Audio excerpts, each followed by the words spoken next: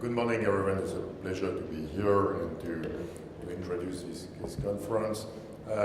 As Emma said before, covered bonds are just an element of very more global market. So I just want not to focus on covered bonds. I've got much more expertise than what I have, but to focus on what will be important for the capital markets in the next few months or quarters. So I have 14 minutes, 43 seconds to try to cover a lot. And I would like to start with a quote of Donald Trump saying, "If I'm not in office anymore, the markets will collapse." So perhaps we have to look at more serious risk to the capital markets, and this is what I want to try to do with you this morning. I want to start with risk aversion, and I will really turn around risk aversion. This is an index of risk aversion, or we call that more risk perception. We do in the bank. Most of your banks do similar indices. It's based on bid-ask spreads and volatilities on various markets. And you see the big jump in February this year, to much higher levels. So the scale is between 0 and 100. So when you go to between 60 and 80, this is already a substantial level of risk aversion. The markets have moved to a risk-off perspective starting in the second quarter of this year. And what I will try to argue this morning is, of course, A, that this has very obvious implications for the capital markets. I will, at the end, very briefly summarize that. But B, and this is what I want to start with, that this might continue, that we have very serious reasons to believe that a number of mechanisms will continue to trigger that substantially high level of risk aversion and of course, consequences it has on the markets.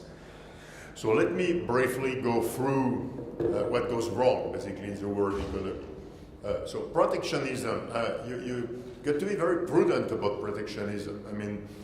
Just one sentence here, that it's not that clear that protectionism has such a negative effect on growth or incomes. It's true, and look at the US recently. Look at steel and aluminum prices in the US. You see the effects of protectionism. Prices are moving up very rapidly since the tariffs were started to be put in place. But at the same time, the US Treasury collects more tax receipts because, of course, the outstandings from the tariffs are collected to the Treasury. If this is redistributed to the population, to the consumers, there is no big effect on incomes. They pay more for their steel, but they get more money from the Treasury. So I'm not sure this has a very negative effect on growth or the economies, and I think we should look more at other causes for higher risk aversion. An obvious one, and of course we have very close to here a good example, which is Turkey, but more broadly is the very severe difficulties facing by emerging countries having external deficits. And I want to spend a minute on this because this is, I think, a very important issue and a long-lasting issue.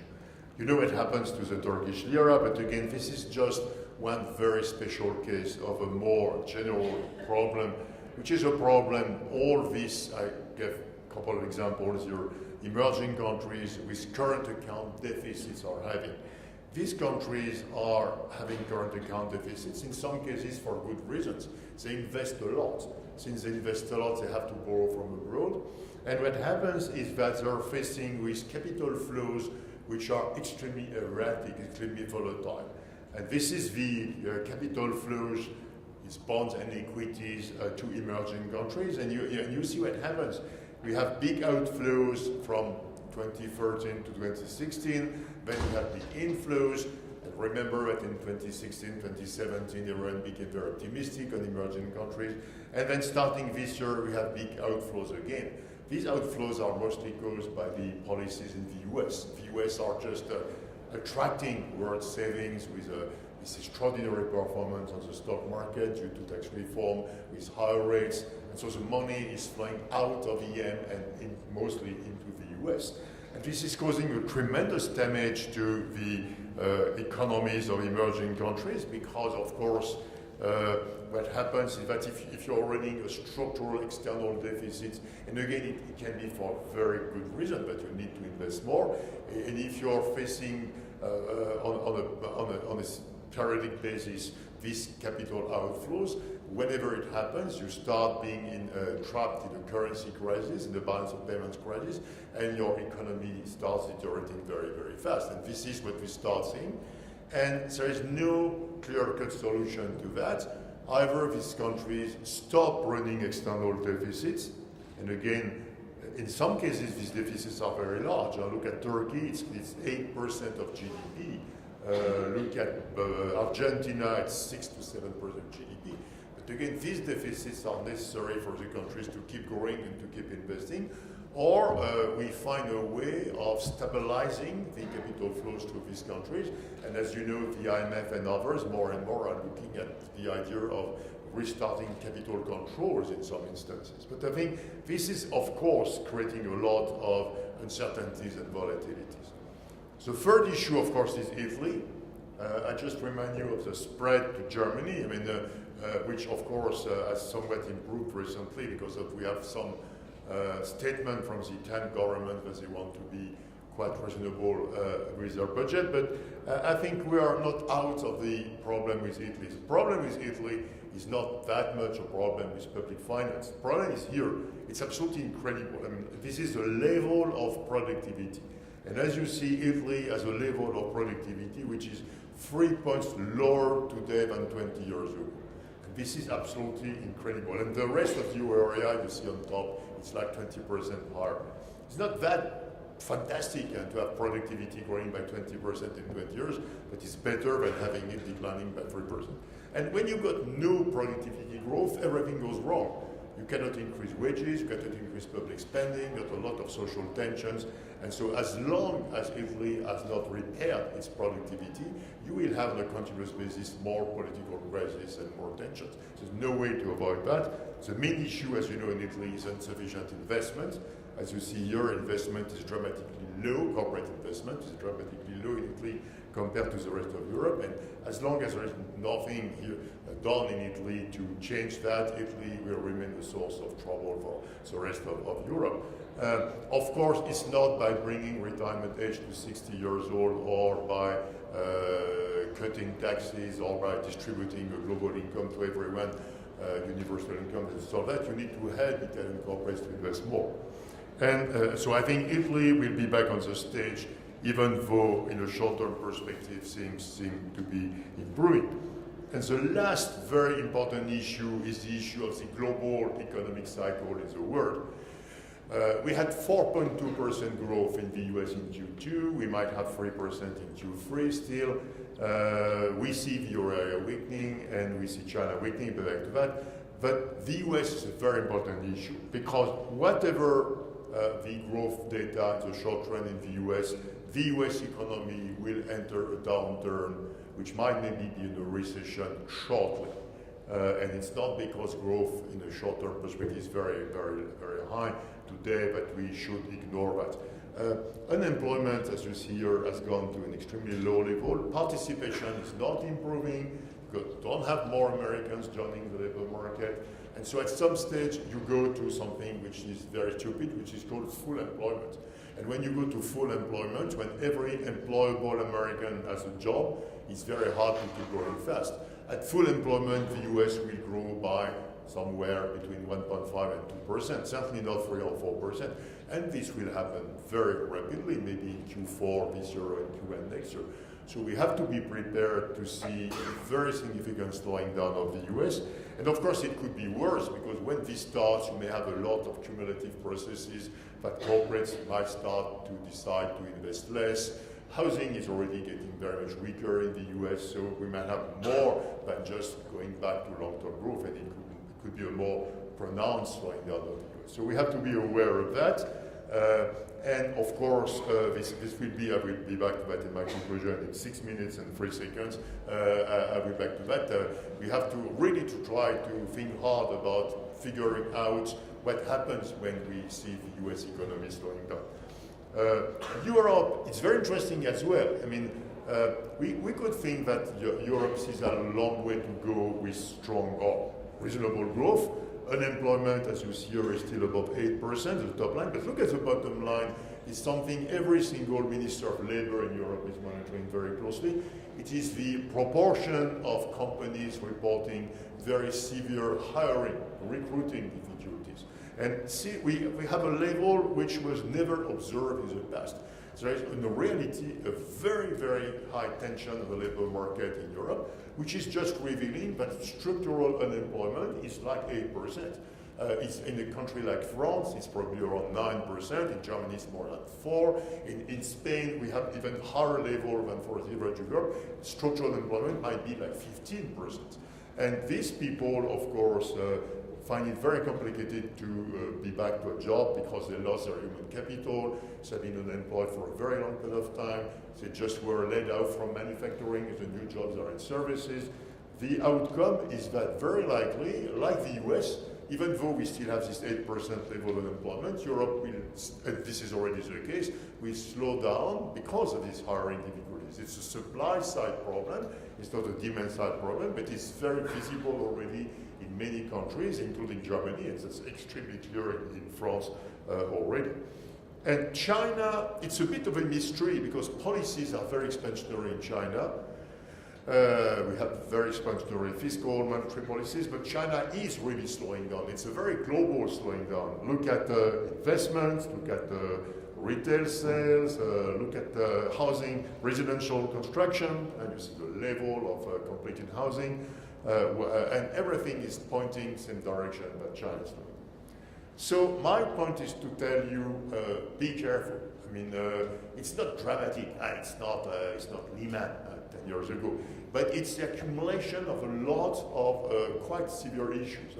EM with external deficits, China slowing down, Europe and the US going very close to full employment, Italy being a structural problem with stagnation of productivity, and the accumulation of these small problems will slow down the world economy and will maintain a high level of risk aversion.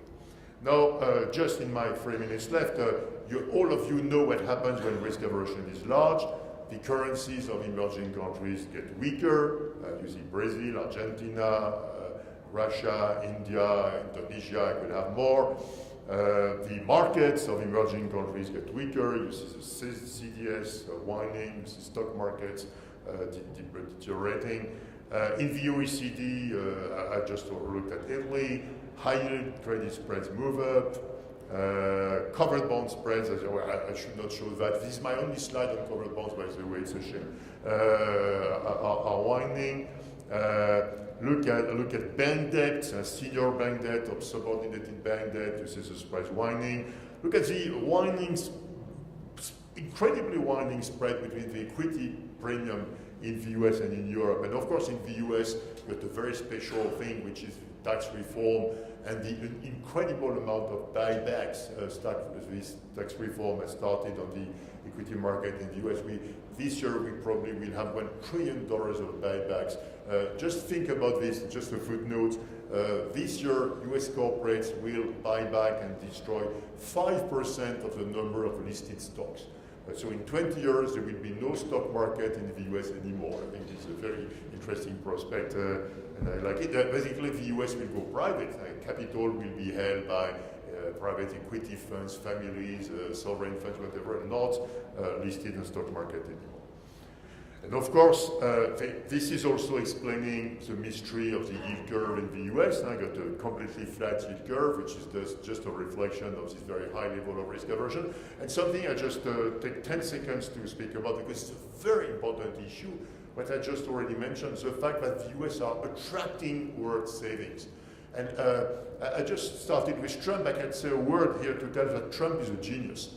Because basically, what does he do? He's just having slightly higher rates, not too much. It's not killing the economy, but more than the others. And he's having 25% increase in earnings per share this year on the equity market.